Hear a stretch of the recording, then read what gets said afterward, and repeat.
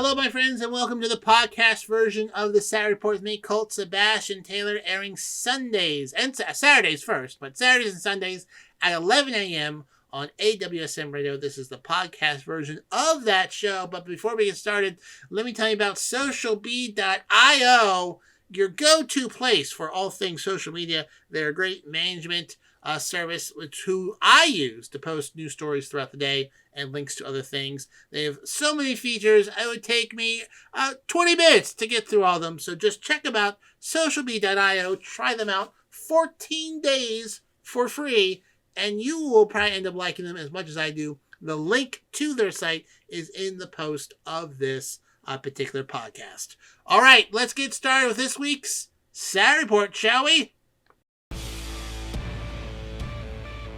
Now broadcasting from his hidden bunker and fully stocked bar, it is the Saturday Report with Colt Sebastian Taylor. Thank you and welcome once again, my friends, to the Saturday Report with me, Colt Sebastian Taylor, adventurer, entrepreneur, and amateur smoke jumper, and welcome to AWSM Radio, an independent digital-only radio station that plays today's best music, old school classics, along with a rotating cast of all-star DJs. AWSM Radio focuses on mainstream artists, independent artists, along with a variety of interesting talk and music shows throughout the day. All we do is entertain, inspire, and inform. I want you also, my friends, to be part of the conversation, part of the show. Engage with me. I love attention. So find me on the Twitter, on the Instagram, on the Facebook, on the Cameo, even on Twitch at Colt S. Taylor. I'm also on Counter Social and Threads, barely, at Colt S. Taylor. And of course, if you are unfortunate enough to be too busy to catch the show on AWSM Radio, you can, of course, catch the podcast version at anchor.fm/Colt S. Taylor. All right, my friends, let's get started with this week's Saturday Report. First up this week, we go to Canada, specifically Yellowknife, Canada, the capital of the Northwest Territories of Canada, where wildfires has caused the entire city to evacuate. Yes, the entire city of Yellowknife, the capital of the Northwest Territories, is evacuating this week, with Friday being yesterday being the deadline of that particular evacuation to be done. People are being asked to drive out of town, and for those who cannot drive, they're organizing flights from Yellowknife to other places in Canada. Yellowknife, which sits on a lake on one side, is becoming surrounded on three sides by wildfires, and authorities there have declared an evacuation of the entire city. Now, as you've probably followed, which has made quite the news, in Hawaii, in the island of Maui, a town burned down of a smaller population, but there's at least 100 dead there. Worst fire in the United States in over 100 years. The past one only a few years ago in Paradise, California. You may remember that wildfire season. But in Hawaii, over 100 people are dead and 1,000 are missing. Lots going on there. So I can't help but to think that the folks in Yellowknife are like, let's not mess around with that. And they are evacuating. This is the fourth largest evacuation in Canadian history. The largest evacuation to date was Fort McMurray in Alberta, a city that's right now taking some of the evacuees from the Northwest Territories. Its 90,000 residents were forced to leave in 2016. Then the next two, the second largest series of wildfires, caused dozens of communities in southeastern British Columbia and southwestern Alberta in July and August of 2003, causing 48,500 to flee. And then in 1989, a wildfire dubbed the worst in Canadian history forced 25,000 people to evacuate northern Manitoba. That province has had 1,000 wildfires this year. So Yellowknife, capital of the Northwest Territories, not a lot of people live up there. It's only 20,000 people, but still a big deal, a big deal. In fact, one of the reasons why I am covering this story is that one of my good friends who I play Dungeons and Dragons with on Wednesdays, which you should watch, Wednesday nights, 8:30 p.m. Eastern, twitch.com/the Longshots D&D. They live in Yellowknife, and while we were playing on Wednesday, call came down during our Twitch broadcast that they had to go. They had to go by Friday, so they report things being very stressful. They shared some photos with us. It looks like, sepia tone all day long, kind of like this orangish hue throughout the day. So I'm checking with them very well. They have a pretty good plan to evacuate. Their parents have left, and they're helping out with the evacuation. An amazing person. I'm a big fan of them. They're hilarious to play with. Great D&D, great role player, lots of funny choices. Obviously, though, worried sick about them, but they're working their way out of ill enough. So that's something to watch. There's also in Canada, there is a fire pushing towards the city of Kelowna, because the fire jumped the lake. This is in British Columbia, about 1,200 miles south of Yellowknife. You may not realize, Canada, it's a pretty big country. So the 1,200 miles here would be like basically from here to Florida, where I am, I think. Yeah, well, maybe not. It's like halfway across the United States. Anyways, there they've said that wildfire is very active and very unpredictable. There was some structural loss in that town, and 5,000 properties have been told to evacuate. And that is a town of 100,000. So I'll be watching that pretty closely. Like I said, I record this on Friday. It broadcasts on Saturday. And Friday is the deadline to get everyone out of Yellowknife. The deadline is noon Friday. And so been getting everyone out. Obviously, officials will hang out there as well. This is Canada's worst wildfire season on record. So far, according to officials, an area larger than Greece has burned in Canada, and the country is battling over 1,000 wildfires as of Friday from Quebec to the Yukon. So quite a wildfire situation in Canada. So keep them in mind as well as the folks in Hawaii. Lots of wildfires, droughts, hey, climate change? Probably. But anyways, I will keep tabs on that, keep tabs on my friend. But listen, folks, if you live in an area where wildfires are possible, you will do yourself a favor by figuring out what to do if things get bad. Wildfires can pop up real quickly, and you may not have a whole lot of time to figure out what to do.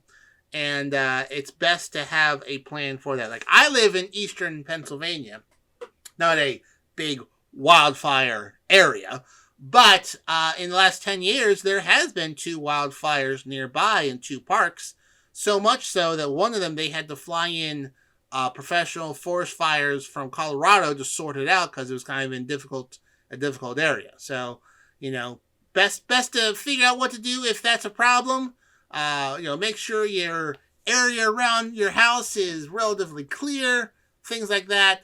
There is lots and lots of things. I mean, lots of stuff online which you could research. But anyways, Yellowknife evacuated, 20,000 people pulled out of the capital, and many wildfires going on in Canada at this hour. Moving along to sports and entertainment and celebrities. You remember the movie The Blind Side with Sandra Bullock? She won an Academy Award for, about this family who took in this kid from a rough family and then kind of adopted him, and he went to the NFL, was super successful. She won an Academy Award for it. Well, this week, Michael Oher, who is the subject of the movie called The Blind Side, submitted a lawsuit against the family that took care of him, saying that they had cheated him and had not given him any money from the book, the movie, and everything else that he had earned from his story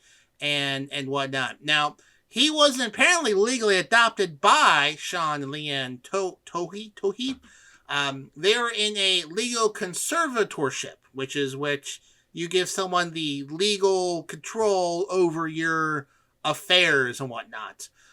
Usually done when someone is having sort of mental health crises or just can't take care of themselves. The conservatorship lets that person then legally act for them. Now, Michael here doesn't have any sort of mental health issues, unlike the movie, which portrayed him as being a little not quite fully developed mentally. He's actually a perfectly fine person, but he signed these papers when he was 18, apparently, according to this lawsuit, being told that this is the same thing. This is the same thing as an adoption. But he's saying now, he's now 37, that he thought he had been adopted his entire life, but hadn't been legally adopted at all. And he now wants to end the conservatorship and wants to know what happened to all the money. Now, the family is saying that they didn't make a whole lot of money from this, that they made a little bit of money, but there was just no money to be shared. But according to his lawsuit, the Tohis and the two biological children secured a deal with 20th Century Fox for $225,000 and 2.5% of all, quote, defined net profits, which who knows what that means, legalese. But he has not seen any of that money.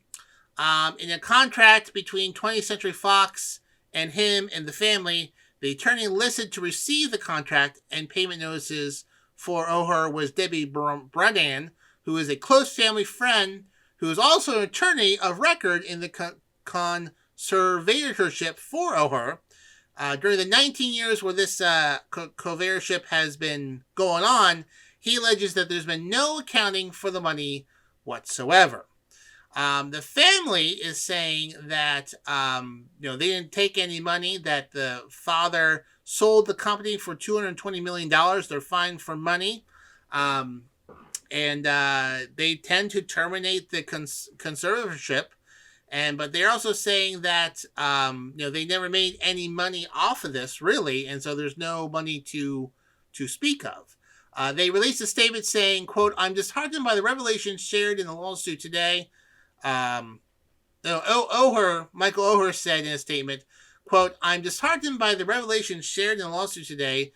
This is a difficult situation for my family and me. I want to ask everyone to please respect their privacy at this time. For now, I will let the lawsuit speak for itself and will offer no further comment." The family is saying that Michael has been estranged for roughly a decade and has become, quote, more vocal and, quote, more threatening. And they are saying the lawsuit is transparently ridiculous and that they are heartbroken. They said in a statement, quote, "Unbeknownst to the public, Mr. O'Hare has actually attempted to run this place several times before, but it seems the numerous other lawyers stopped representing him once they saw evidence and learned the truth. Sadly, Mr. O'Hare has finally found a willing enabler and filed this ludicrous lawsuit in a single attempt to drum up attention in the middle of his latest book tour." Their lawyers said that O'Hare requested a $15 million payout and that the defense of their name is in its infancy. So, this lawsuit will be going along, I guess. Some people kind of took shots at Sandra Bullock, saying that the movie was built on a lie and that she should return her Academy Award. Michael O'Hare did go to the bat defending her, saying that she has nothing to do with this. She did a great job acting, and she has nothing to do with this lawsuit whatsoever. So weird. There's a lot of contrasting and contradicting information out there of what exactly happened. There are some saying that he was sent money and never cashed it. Some people are saying the money is put somewhere else. Some people saying there's no money whatsoever. Obviously, other people are saying that this is the multiple attempts to file this lawsuit. The lawyers looked at it and said, "Oh, you can't do this." But interesting. Very, very, very interesting. I'll kind of keep tabs on this. Probably take quite a while to sort out. These sort of lawsuits tend to move very slowly. But hopefully, doesn't seem like he'll be reconciling with his family. I would say adopted family, but they didn't technically adopt him family anytime soon. So hopefully, though, it'll get resolved sooner than later. In other celebrity news, Jamie Foxx has released another statement amid his health struggles. As you may remember, he went to the hospital mysteriously in April and stayed there for a few months. Family was very tight-lipped about what was going on. He was seen at a rehab center that specializes in spinal and brain and strokes and whatnot. But it sounds like he is going to make a full recovery. He released a statement on Instagram saying, quote, "You're looking at a man who's thankful, finally starting to feel like myself. It's been an unexpected dark journey, but I can see the light." He said he posted a picture of himself on Instagram along with a series of photos of himself holding a pair of Crocs, which apparently he's in a tropical locale. Quote, "I'm thankful to everyone that reached out and sent well wishes and prayers. I have a lot of people to thank. You just don't know how much it meant. I will be thanking all of you personally, and if I don't know, God is good all day, every day." So, no word yet exactly what exactly went on. He said, again, he is a very private person. He said he was so private about this by saying, quote, "Just didn't want you to see me like that. I want you to see me laughing, having a good time, partying, cracking a joke, doing a movie, television show. I didn't want you to see me with tubes running out of me and trying to figure out if I was going to make it.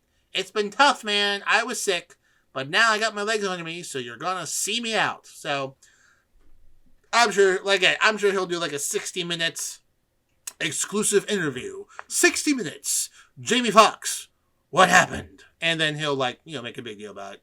But more importantly, seems like he's doing fine, or at least getting better. My friends, if you need somewhere to go this weekend for some great evening music entertainment, well, there are 3 shows every weekend for you to hit up Friday, Saturday, and Sunday, all hosted by my pal DC. Friday nights at 9 p.m., it's DC Live in Effect, where our in-house DJ, DC, mixes it up. You don't want to miss out while he smashes it on the ones and twos, kicking the beats from South Florida every week. And then on Saturdays at 10 p.m., it's DC House Party Saturdays, where DC brings his freestyling DJing to the max. House Party Saturdays gives you all the Miami vibe without actually having to be there. From the top clubs to the bars, DC will bring the party to you. That's Saturdays at 10 p.m. And then on Sundays at 10 p.m., it's DC Live in Effect again. So just to review, Fridays at 9, DC Live in Effect. Saturdays at 10, DC House Party Saturdays. And then Sundays at 10 p.m., DC Live in Effect once again, my friends, on AWSM Radio. We now go to football. Now, listen, folks, if you're here in the United States, football is a big deal for a lot of people. Big deal, both professional, college football. There are some pretty obsessed people out there. In fact, there are some folks that are known as super fans who really go overboard to show their love for a team. Well, in the Kansas City Chiefs, Xavier Chiefsaholic Babador was well known as being a die-hard Kansas City Chiefs fan. He would wear a wolf costume, and a Kansas City wolf costume, and was quite big on social media over the last few years, and was somewhat well known in the Kansas City fanhood, so to speak, about his love for the Kansas City Chiefs. However, he had gone quiet on social media over the last few months, and people were kind of wondering where he had gone. Super fan, not there. Is he okay? Well, unfortunately, he was not okay. No, health-wise, perfectly fine. He was robbing banks. He was robbing banks. Yeah. Apparently, he was connected to alleging robbing banks, especially one in Bixby, Oklahoma. He was captured recently and now faces 19 charges. 11 for money laundering, 4 for transporting stolen goods across state lines, 3 for armed bank robbery, and another for just bank theft. He successfully robbed 6 banks for $700,000 and then attempted to steal from 3 others and then laundered that money at casinos and sports books, according to the U.S. Attorney for the Western District of Missouri. He eventually ended up on Kansas City's most wanted list after he became a fugitive for justice for 4 months. He was on the run for 4 months, skipping a court hearing on bank robbery charges in March. His monitoring device was reportedly found in the woods. He was arrested last month near Sacramento, California, with a federal arrest warrant for his arrest. According to the news release, quote, he traveled through the Midwest to perpetrate a string of robberies at various banks and credit unions. He allegedly laundered the robbery proceeds through area casinos and bank accounts. He's also suspected of other potential crimes as far back of March as last year, citing a recently unsealed affidavit that after he was arrested in December, the FBI began to review bank records, casino transaction records, and sensitive financial reporting to determine the breadth and scope of additional potential criminal activities. Quote, investigators also reviewed unsolved bank robberies throughout the Midwest during that time frame. Balder's cell phone was placed in the same cities and locations for these previous unsolved bank robberies and attempted bank robberies, according to the affidavit. In addition to the bank theft, which Balder was charged in this complaint, the bank robbery charged in Oklahoma, the affidavit specifically refers to 4 bank robberies in Nebraska, Ohio, Tennessee, and Oklahoma, and attempted robberies of 2 credit unions in Minnesota. So, basically, this Kansas City Chiefs superfan, which again, Kansas City Chiefs superfan, spent Sundays in a wolf costume cheering on the Chiefs, and then, Monday through Saturday, robbing banks. Maybe not the lifestyle one should aim towards, but at all, really. So, anyways, yeah, so he got arrested, they found him, and he is going to jail for probably a good clip. We now go to music news, where rapper Young Capone died at 35 this week. He had apparently been missing since July, apparently. But his death was announced according to his publicist. No cause of death was given, however. His real name was Rodriguez Smith. He's been missing from Chicago since July. It was unclear if he had surfaced before his death or why he went missing. He was also known as Rah-Rah and Dope Boy Raw to his fans. He became mostly well-known and famous in the mid-2000s, performing in the underground hip-hop scene in Atlanta, according to the publication XXL. Publicist Alicia Carter announced his death via Instagram, quote, It is with a heavy, heavy heart that I am posting this.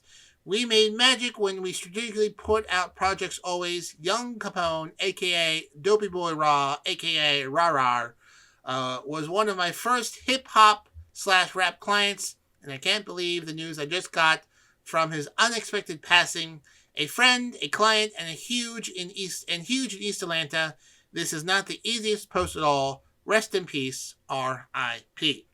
After the news of his passing, Derpy shared an excerpt from Young Capone's song "I'm Hot," along with a photo of the late musician smoking a cigar.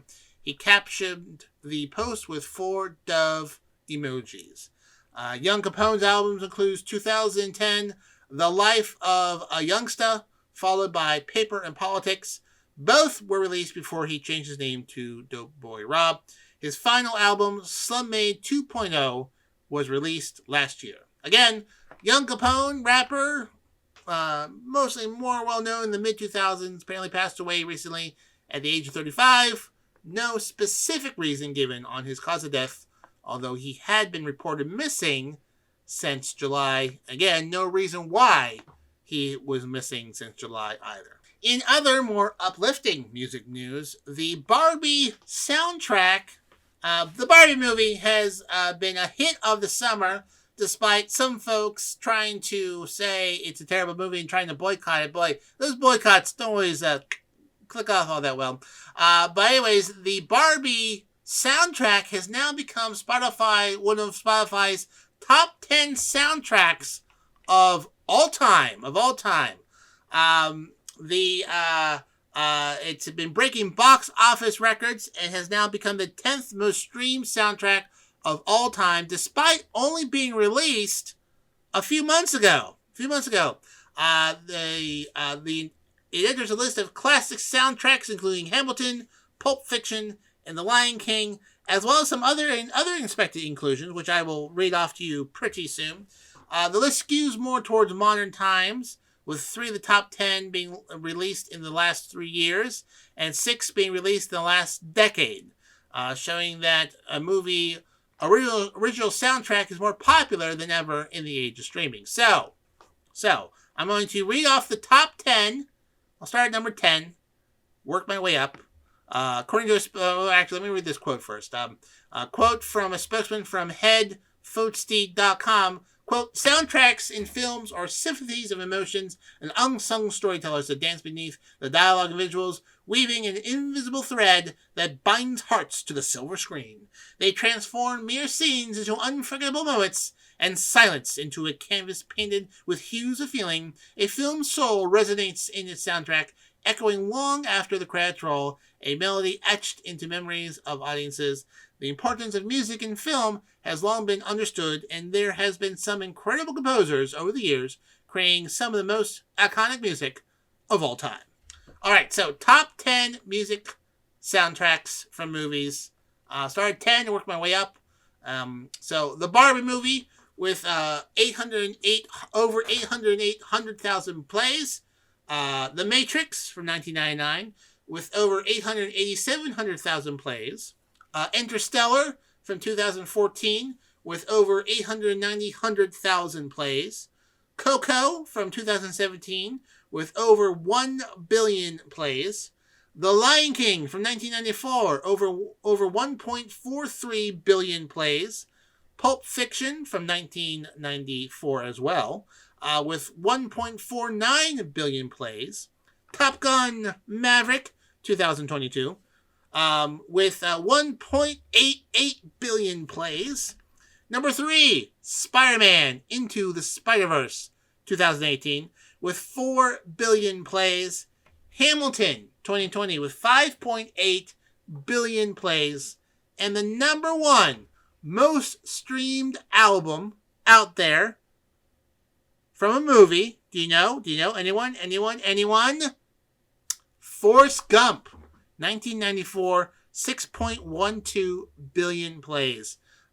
Which, has a lot of music from over the decades, so makes sense that is a very, very popular album. So those are your top 10 movie soundtracks. Barbie is now number 10.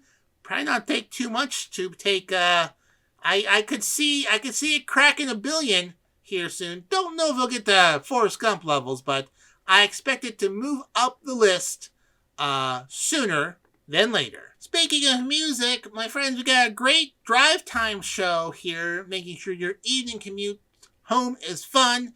Hosted by the lovely, beautiful, fantastic Rox. It's the Rox Sessions. She will make your ride home rock style, featuring the hottest music on the charts and some other surprises in between. That you can listen to this great show Monday, Tuesday, Wednesday, Thursday, Friday, 5 days a week, weekdays, Monday through Friday, as I just said, 5 p.m. to 7 p.m. Only here, my friends, on AWSM Radio. In other music news, Lizzo, very popular singer, has been embroiled in a bit of a lawsuit controversy here, and I honestly don't know what to figure out what exactly is going on here.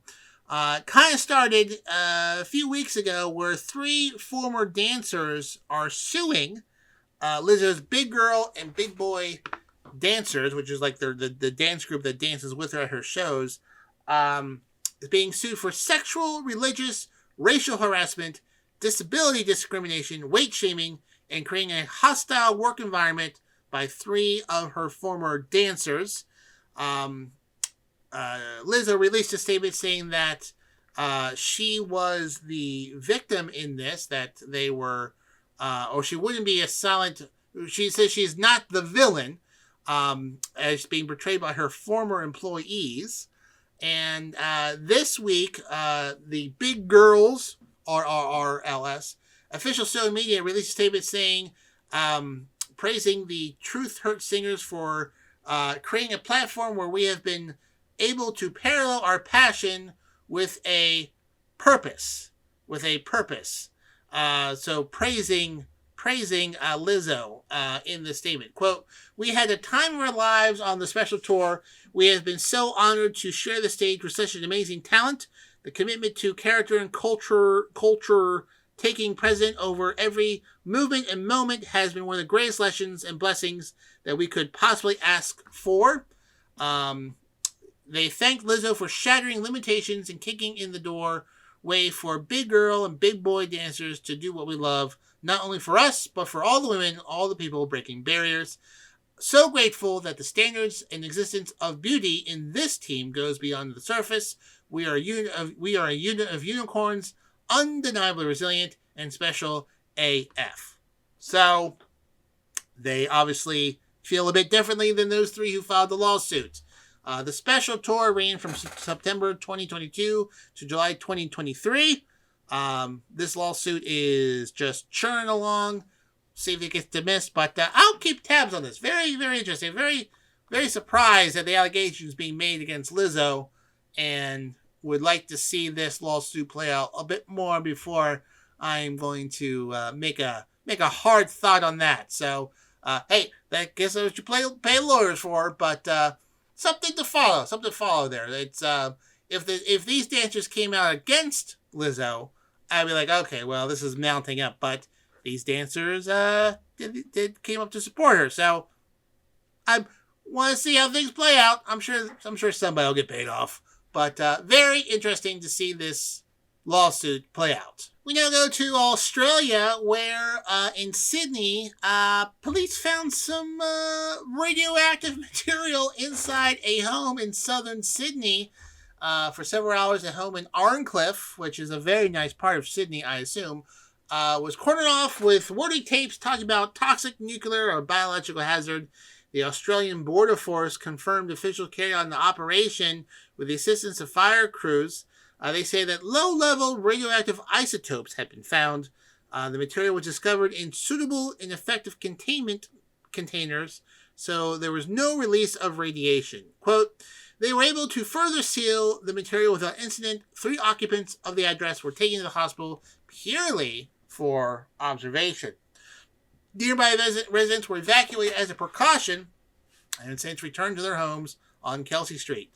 Additional testing by the Environmental Protection Authority confirmed no evidence of exposure.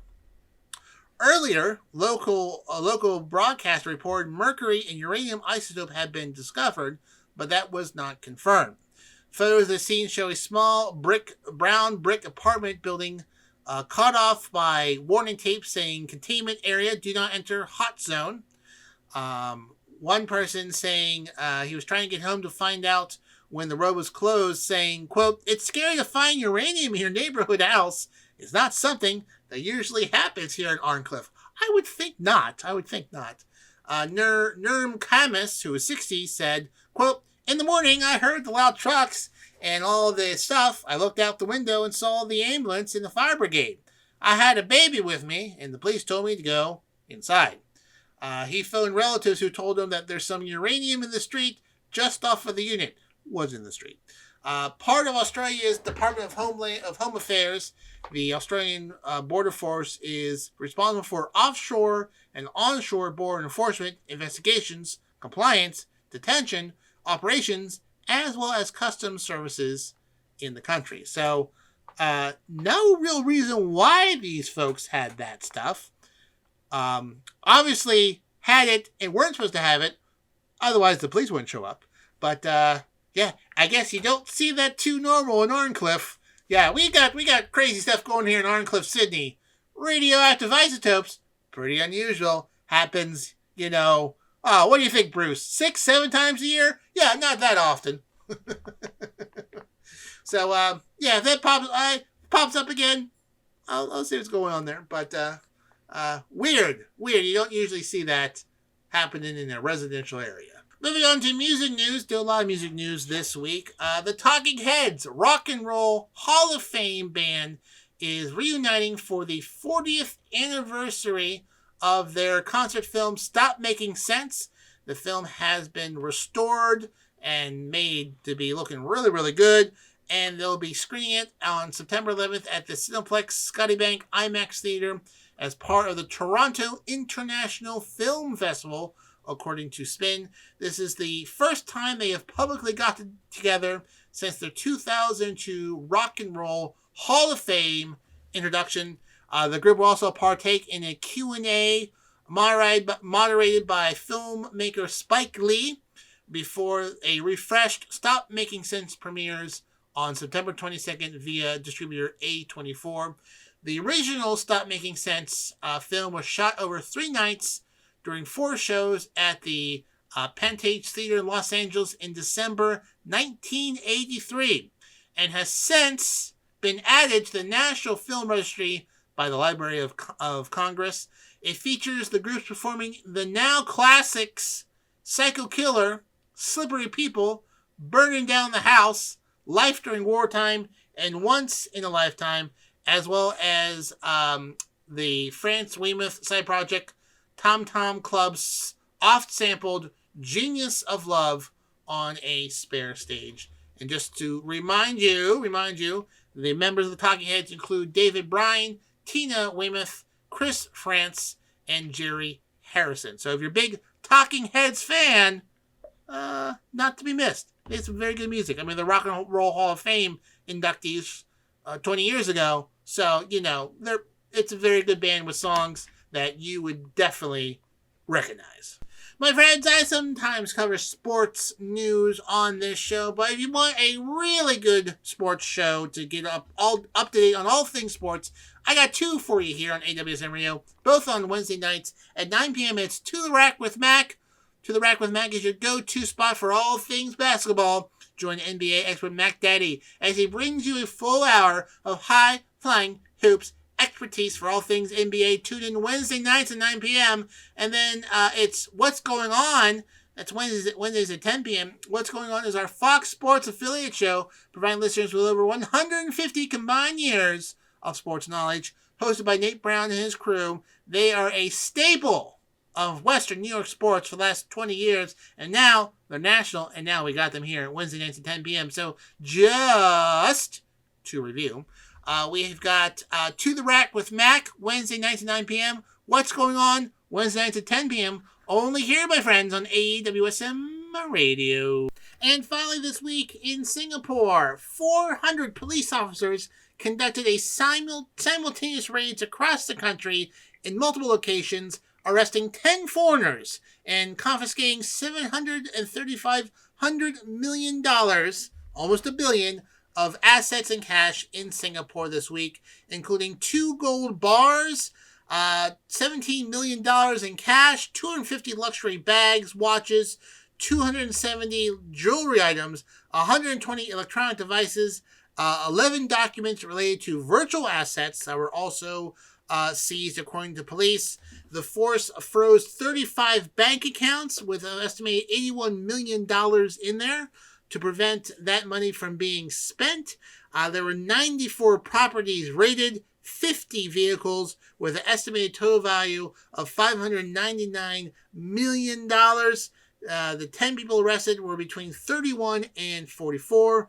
One of the suspects jumped out of a window trying to escape the police and was then found hiding in a drain pipe and then was arrested. So Very, very busy in Singapore. That's a lot of money to be seized from 10 people. And apparently, like I said, they're still looking for 8 other folks. Whew, boy. Well, my friends, that just about wraps up this week's Saturday Report with me, Colt Sebastian Taylor. Thank you so much for joining me today. Remember, you can find me on multiple social media accounts: Twitter, Facebook, Threads, Counter Social, Instagram, Twitch, at Colt S. Taylor. Subscribe to the podcast version of this show at anchor.fm/Colt S. Taylor. And if you haven't already, bookmark ColtSebastianTaylor.com. Maybe I'll update it this week, maybe not. But anyways, until next week, my fantastic friends, I am, of course, your pal, Colt Sebastian Taylor, and I'll see you later. And once again, thank you for listening to the podcast version of the Saturday Report with me, Colt Sebastian Taylor, on AWSM Radio. Be sure to check out socialb.io. Link in the post below. And once again, thank you so much for listening today. And we'll see you here next week on the podcast version of the Saturday Report with me, Colt Sebastian Taylor.